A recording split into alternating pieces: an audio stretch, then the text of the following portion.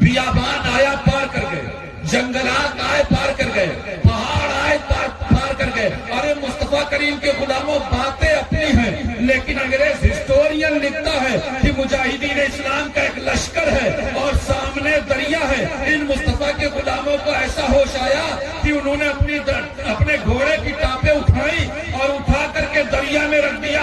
انہیں دریا نہیں ڈبوتا. میں کہتا ہوں ارے سنو، انہیں دریا کیسے ڈبوئے گا؟ کیوں؟ کیونکہ کشتیاں ساحل سے وہ اپنی لگائے ہوئے ہیں. ارے کیا وہ ڈوبے جو محمد کے ترائے ہوئے ہیں؟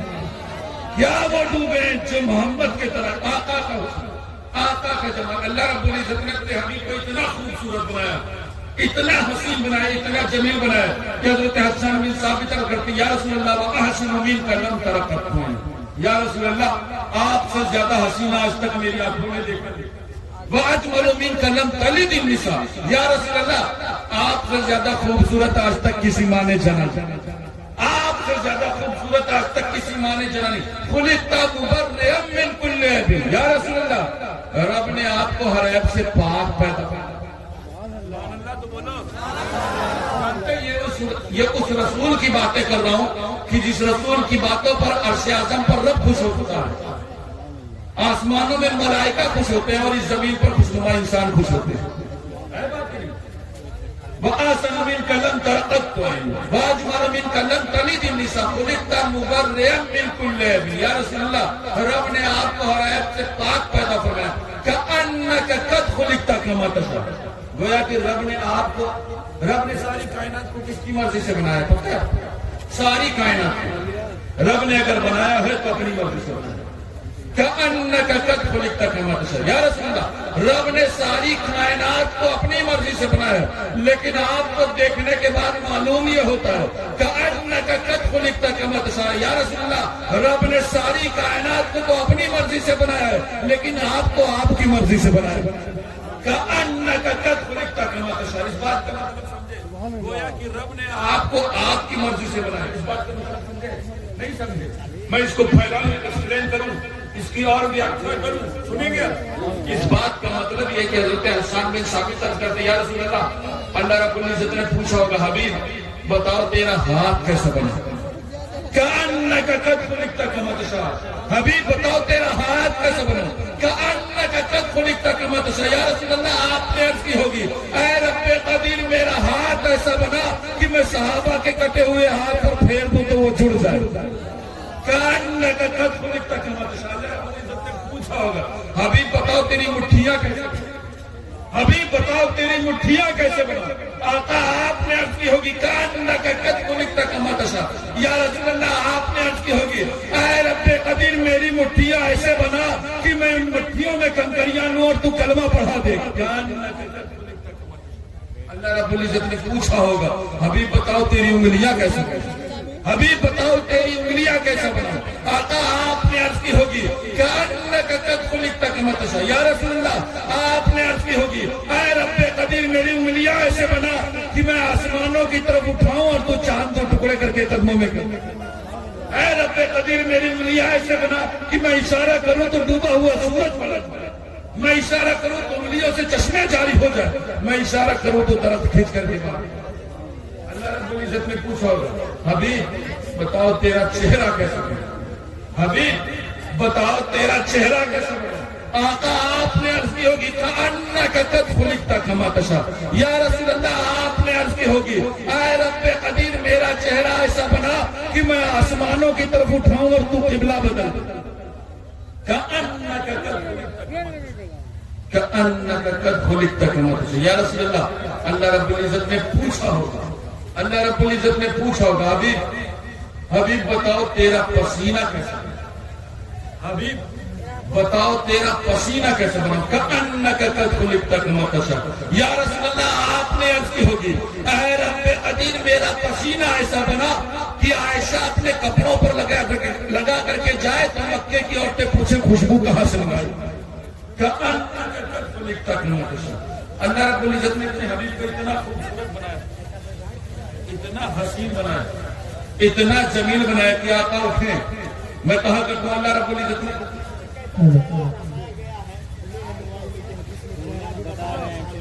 کأنک قد خلقت کما تشاء. اللہ آپ کی سماعتوں کو سلامت رکھے, آپ کی محبتوں کو سلامت رکھے. جانتے ہیں یہ اس رسول کی باتیں کر رہے ہیں کہ جس رسول نے پیٹ پر پتھر باندھے اور امت کی بخشش کی دعائیں کی. ہے بات نہیں, رسول نے پیٹ پر پتھر باندھے اور امت کی بخشش کی دعائیں کی. میں یہاں آپ کی طبیعتوں کو خوش کرنے کے لیے نہیں بول رہا. میں ایک بات بتا دوں, ذمہ دار ہم بھی ہیں اور ذمہ دار آپ بھی. سوال ہم سے بھی ہے ہوگا اور سوال آپ سے بھی ہوگا. جانتے ہو ہم سے سوال یہ ہوگا کہ تم نے ایسی محفل میں سنایا کیوں جہاں کے لوگ سننا نہیں چاہ رہے. ہے بات, تم نے ایسی محفل میں بیان کیوں کیا جہاں کے لوگ سننا نہیں چاہ رہے تھے. اور جانتے تم سے کیا سوال ہوگا, تم سے یہ سوال ہوگا کہ تمہارے سامنے اس رسول کی باتیں ہو رہی تھی کہ جس رسول نے پیٹ پر پتھر باندھے اور امت کی بخشش کی دعائیں کی, اور تم ادھر ادھر کر رہے تھے. تو دونوں لوگ ذمہ دار. پوری ذمہ داری کس طرح سے اللہ رب العزت نے پوچھا ہوگا, حبیب بتاؤ تیرا پسینہ کیسا ہے, حبیب بتاؤ تیرا پسینہ کیسا ہے. کأنک قد خلقت کما تشاء. یا رسول اللہ آپ نے عرض کی ہوگی, اے رب قدیر میرا پسینہ ایسا بنا کہ عائشہ اپنے کپڑوں پر لگا کر کے جائے تو مکے کی عورتیں پوچھے خوشبو کہاں سے ملے. اللہ رب العزت نے اپنے حبیب کو اتنا خوبصورت بنایا, اتنا حسین بنایا, اتنا جمیل بنایا کہ آقا اٹھے تو آسمانوں کو عروج ملے, آقا بیٹھے تو دھرتی کو سکون ملے, آقا مسکرائے تو ستارے چمکنے لگے, آقا باتیں کریں تو پھول جھڑنے لگے, آقا سر اٹھا کے بولے.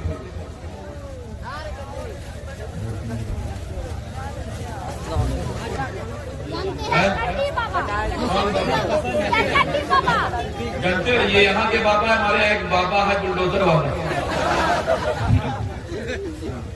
میں کہا کرتا ہوں آج حالات اتنے خراب ہو گئے نا, میں کہنا چاہتا ہوں سنو. ابھی ایک آسام کے پاگل نے اعلان کیا ہے, جانتے ہو کہ اگر مسلمان رکشے والا 5 روپے مانگے تو اسے 4 روپے.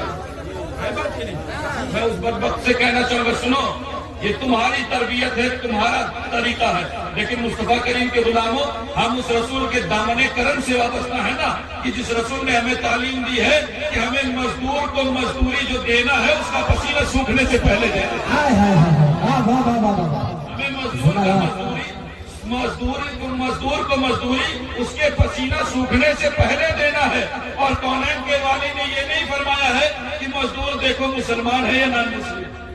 مزدور ہو چاہے کسی قوم سے تعلق رکھے, لیکن اس کا پسینہ سوکھنے سے پہلے دینا ہے. اور سنو یہ تمہارا مذہب ہوگا, یہ تمہارا کلچر ہوگا کہ تم نعرے لگا کر کے روٹیاں دیتے ہو. ہم نعرے نہیں لگواتے بلکہ ہم دیکھتے ہیں اگر بھوکا ہے تو اسے روٹیاں دے دیتے ہیں. ہے بات یہ نہیں, چلے جاؤ غریب نواز کے آسمانے پر دیکھو لنگر تیار ہے. وہ بڑی دیکھ ہے نا, کیا پتہ ہے اس نے, کبھی آپ نے دیکھا 800 سال سے وہ دیکھ چڑھی ہے بات ہی نہیں. منگتوں کا تاتا لگوا, اس دیکھ میں پکتا کیا ہے, نالوے بریانی نہیں, اس دیکھ میں اگر پکتا ہے تو ویج پکتا ہے. کیا پکتا ہے, ویج پکتا ہے, تاکہ کھانے والے کو کسی طرح کی کراہیت محسوس نہ ہو, تاکہ یہ نہ دیکھا جائے کہ کون کھا رہا ہے بلکہ یہ دیکھا جائے کہ بھوکا کھا رہا ہے. یہ ہے بزرگان دین کا طریقہ, یہ ہے اسلام کا دستور. ہم یہ نہیں دیکھتے کہ نعرے لگوا کر کے کبھی مسلمانوں نے لنگر نہیں کرتا. یہ تمہارا تہذیب و تمدن ہے. اور سنو, مسلمانوں کو پریشان کرنے والے سنیں, ہمیں پریشان کرنے کی اوقات نہیں ہے. کیوں؟ کیونکہ تم مر جاؤ گے لیکن مسلمانوں کو ختم نہیں کر سکتے. جس قوم کی ضمانت رسول اللہ لے لے, تمہارے جیسے بدبخت نہیں. الحمدللہ ثم الحمدللہ. اللہ کے کار, یہ جانتے ہو یہ اسلام تلوار کے زور پر نہیں پھیلا ہے بلکہ یہ نبی مختار کے کردار کے زور پر. یہی وجہ تھی, جانتے ہو میرے نبی نے جب اعلان نبوت کیا تھا تو کب کیا تھا, جانتے ہو کب کیا تھا؟ میرا نبی ہے, بشارتیں بتا رہی نبی, قرائن بتا رہے نبی ہے, جاننے والے جان رہے نبی ہے, لیکن اعلان نہیں کرتے. اعلان کب کرتے ہیں؟ اعلان 40 سال کی عمر میں کرتے ہیں. کب کرتے ہیں؟ 40 سال کی عمر میں. اور کیسے کرتے ہیں, کیسے کرتے جانتے ہو؟ اعلان کا طریقہ, بیک گراؤنڈ کیا تھا, سچویشن کیا تھی جانتے ہو؟ اللہ کے رسول صفا کی پہاڑی پر کھڑے ہوئے اور کھڑے ہو کر کے فرمایا, اے مکے والوں, اے قریش, اگر میں تم سے کہوں کہ اس پہاڑ کے پیچھے ایک لشکر آ رہا ہے تو کیا تم مان لو گے؟ یہی تو کہا تھا. سب نے کیا کہا تھا؟ سب نے کہا تھا کہ ہم مان لیں گے، ہے بات نہیں؟ سب نے کہا تھا کہ ہم مان لیں گے. کیوں؟ کیونکہ جانتے ہو ان لوگوں نے کہا ہم مان لیں گے. آج کل کے عجیب لوگ ہیں، آج کل کی حکومت کرنے والے عجیب لوگ ہیں. 15 لاکھ کا دعویٰ کرتے ہیں، وعدہ کرتے ہیں، پھر بھول جاتے ہیں. ہے بات یہ نہیں؟ میں کہنا چاہوں گا ایسے لوگوں سے، دیکھو نمونے حیات دیکھو، رسول کی لائف اسٹائل، جیون شیلی دیکھو. تم جس سے مقابلہ کر رہے ہو اس کا لائف اسٹائل دیکھو. جو اللہ کے رسول صفا کی پہاڑی پر کھڑے ہوئے، ارشاد فرمایا اگر میں تم سے کہوں اس پہاڑ کے پیچھے ایک لشکر آ رہا ہے تو کیا تم مان لو گے؟ سب نے کہا تھا ہم مان لیں گے. کہا تھا کیوں مان لو گے؟ کہا اس لیے کہ اے محمد جس نے 40 سال کی پہاڑوں میں جھوٹ نہیں بولا وہ آج ان پہاڑوں پر جھوٹ کیوں بولے گا؟ پہاڑوں پر جھوٹ کیوں بولے گا؟ پتہ چلا رسول کا کردار، رسول کا کیریکٹر پہلے مانا گیا. میں باتیں کر رہا تھا کہ اللہ رب العزت نے اپنے حبیب کو اتنا خوبصورت بنایا، اتنا حسین بنایا، اتنا جمیل بنایا کہ آقا اٹھے تو آسمانوں کو عروج ملے، آقا بیٹھے تو دھرتی کو سکون ملے، آقا مسکرائے تو ستارے چمکنے لگے، آقا باتیں کرے تو پھول جھڑنے لگے. ارے آقا سر اٹھا کے بولے تو قرآن بنے، سر جھکا کے بولے تو حدیث بنے، ارے قدم اٹھائے تو سنت بنے اور قدم رکھے تو جنت بنے. واہ واہ واہ واہ واہ، نعرہ تکبیر. جتنے بیٹھے ہیں وہی لوگ نعرے کا جواب دے دیجیے، جو کھڑے ہیں ان سے مجھے کوئی مطلب نہیں ہے، وہ اپنی مرضی سے کھڑے ہیں، ہے نا؟ مجھے اچھے لوگوں سے اور عاشق رسول کی ضرورت ہے یہاں. نعرہ تکبیر، نعرہ رسالت، عظمت مصطفیٰ، سیرت مصطفیٰ، اولاد غوث اعظم، فیضان مخدوم سمرہ، اشرفی دولہا، زور سے زندہ باد، اشرفی دولہا، اشرفی دولہا. قدم اٹھائیں تو سنت بنے، قدم رکھیں تو جنت بنے. جس سے محبت سے دیکھیں نا وہ صحابی بنے، ہے بات ہے نہیں؟ جس سے نکاح کرے وہ ام المومنین بنے، ہے بات ہے نہیں؟ اور جس سے نکاح کرے وہ ام المومنین بنے. اور جانتے ہو جو پیدا ہو وہ خاتون جنت بنے، جسے بیٹیاں تھے وہ ذی النورین بنے، جسے بھائی کہیں وہ شیر خدا بنے، اور جسے چومے وہ حسنین بنے. اللہ رب العزت نے اپنے حبیب کو اتنا خوبصورت بنایا ہے، اتنا حسین بنایا ہے، اتنا جمیل بنایا ہے. اسی لیے تمہیں کہا کہ تو یا رسول اللہ زندگیاں ختم ہوئی اور قلم ٹوٹ گئے. یا رسول اللہ زندگیاں ختم ہوئی اور قلم ٹوٹ گئے. ارے تیری توصیف کا ایک بات بنا. جانتے ہیں مدرسے کا جلسہ ہے نا؟ کس کا جلسہ؟ مدرسے کا. کس لیے ہوتا ہے مدرسہ؟ پڑھائی کے لیے، پڑھنے کے لیے. جانتے ہو ہندوستان میں کتنے مسلمان ہیں پتہ ہے؟ دنیا میں سب سے زیادہ مسلمان کہاں؟ نہیں، سب سے زیادہ مسلمان انڈونیشیا میں. کہاں ہے؟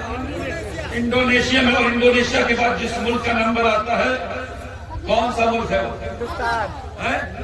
خواجہ کا ہندوستان ہے. کس کا ہے؟ خواجہ کا ہندوستان ہے. اور جانتے ہو میں ایک بات سچی کہنے جا رہا ہوں، ہمارے بابا موجود ان سے پوچھے یا گورنمنٹ کی رپورٹس پڑھیں، میڈیا کے سروے پڑھیں تو یہ گورنمنٹ کی رپورٹ بتاتی ہے کہ ہندوستان کا مسلمان سب سے زیادہ جاہل ہے، سب سے زیادہ جاہل ہے. کیا بتاتی ہے؟ اور ہم کس رسول کے ماننے والے ہیں؟ اور نعرے بھی دیکھ لیجیے، غلامی رسول میں موت بھی قبول، موت قبول ہے لیکن مصطفیٰ کا فرمان، رسول کی لائف اسٹائل، موت قبول ہے لیکن مصطفیٰ کریم کا فرمان. جانتے ہو ہم کس رسول کے ماننے والے ہیں؟ ہم اس رسول کے ماننے والے ہیں نا کہ جس رسول کی شان یہ ہے کہ وہ رسول مدینۃ العلم، علم کا شہر ہے میرا رسول، سٹی آف نالج ہے میرا رسول. اور اس کے ماننے والے جاہل. ہم اس علی کے نام کا نعرہ بلند کرتے ہیں نا، جو علی باب العلم ہے، گیٹ آف نالج، علم کا دروازہ ہے وہ علی. اور اس کے ماننے والے جاہل. مصطفیٰ کریم کے غلاموں، آج کس محفل میں آئے ہو تو یہ میسج اور پیغام لے کر کے اور اپنے گریبان میں جھانکو اور غور کرو کہ اپنے بچوں کو، خود تو آدھی روٹی کھائیں گے لیکن اپنے بچوں کو پڑھائیں گے، چاہے جتنے سروے ہو جائیں، چاہے جتنی رپورٹیں ہو جائیں. لیکن آج فیصلہ کر کے جاؤ، آج یہ ارادہ لے کر کے جاؤ کہ آدھی روٹی کھائیں گے لیکن اپنے بچوں کو پڑھائیں گے. کیوں؟ کیونکہ اگر ہمارے بچوں نے پڑھنا سیکھ لیا، اگر ہمارے بچوں نے تعلیم حاصل کر لی تو انہیں کسی کے لیے دری نہیں بچھانا پڑے گا،